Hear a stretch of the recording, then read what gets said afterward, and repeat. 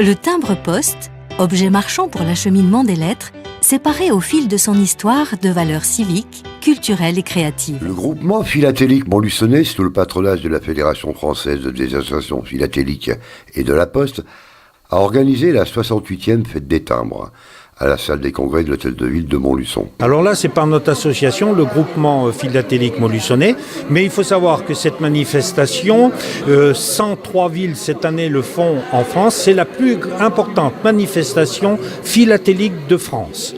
Tous les ans, il y a la fête du timbre, c'est la plus importante manifestation de France. Et c'est certainement l'outil le plus promotionnel de notre passion.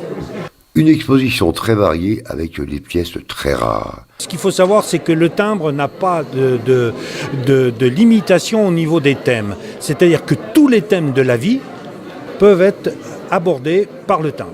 Le timbre, c'est le rêve, c'est le voyage, c'est la culture, c'est toutes ces choses-là réunies.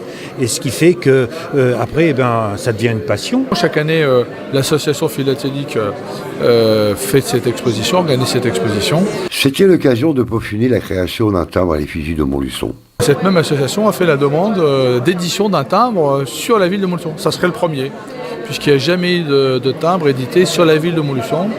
Il y a juste eu 2 timbres édités sur 2 personnages célèbres de la ville, dont Max Dormois. Jusqu'au début du XXe siècle, la collection de plis, d'enveloppes, d'empreintes postales ou de timbres poste se nommait couramment la timbrologie. Le mot philatélie a été préféré à celui de la timbrologie en raison de sa meilleure adaptation. La philatélie, c'est l'art de collectionner les timbres postaux et les timbres fiscaux et de les étudier. Alors, il y a quelques timbres régionaux, mais il n'y a pas que ça. Il y a des timbres sur la France libre, par exemple, des timbres, toute une collection de timbres sur le 1er avril, des cartes postales sur le 1er avril, donc c'est assez original. Chaque fois, il y a des thèmes par tableau, c'est très très bien structuré. Et c'est donc très intéressant et très enrichissant. J'encourage les familles à venir avec les enfants. Les voitures anciennes et le sport automobile, un nouveau thème pour une durée de 4 années, avec 2 voitures mythiques, l'Alpine Renault A110 et la Renault Maxi 5 Turbo. Avec cette année le thème des autos et notamment les véhicules de course, les automobiles de course. Les collectionneurs et les amateurs de timbres sont des philatélistes. Ce sont des personnes patientes, passionnées et passionnantes. Vous savez, les collectionneurs, avant tout, sont des passionnés et j'irais, s'ils pouvaient se passer du côté pécunier, ils s'en passeraient volontiers parce que des fois, ça coûte cher.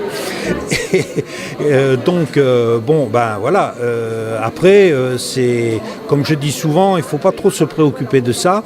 Et puis, faire une collection, c'est pour son plaisir, quel que soit le niveau, quel que soit, en fonction de ses moyens. Et puis, c'est le plaisir qui prédomine.